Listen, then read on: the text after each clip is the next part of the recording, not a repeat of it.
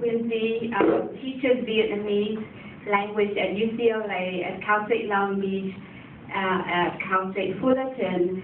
He is a well-known author of many books and poems.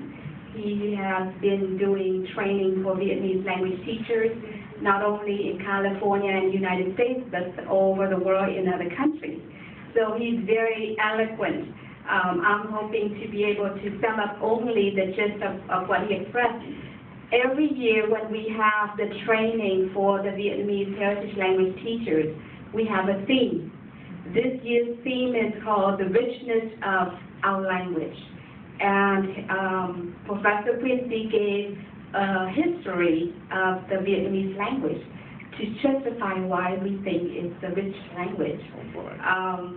Our language tied to our culture, and when we were young, we learned that we have a 4,000-year culture compared to American 200 and some years, right?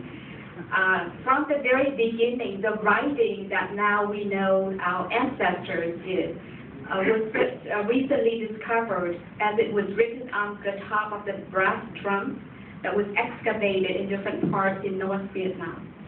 It was a different way of writing, but it was a written form of the Vietnamese spoken language. The spoken language has always been the same.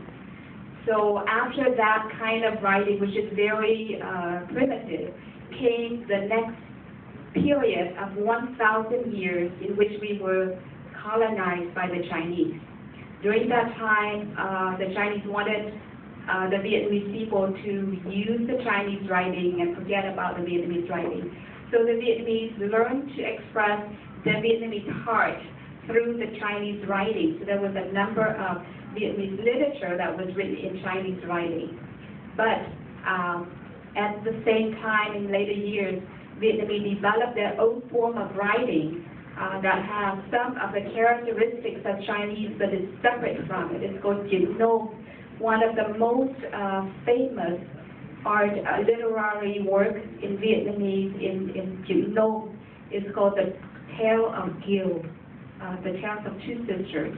And this will be presented by a very well-known person in our community, Mr. Nguyễn Lâm, on Sunday morning.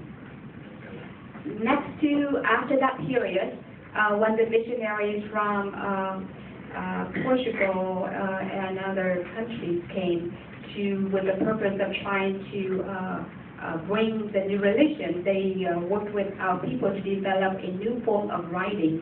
It's known as Chữ Quốc ngữ, the nation's writing system that is now you see using Roman alphabet. And this has increased the literacy rate among our people.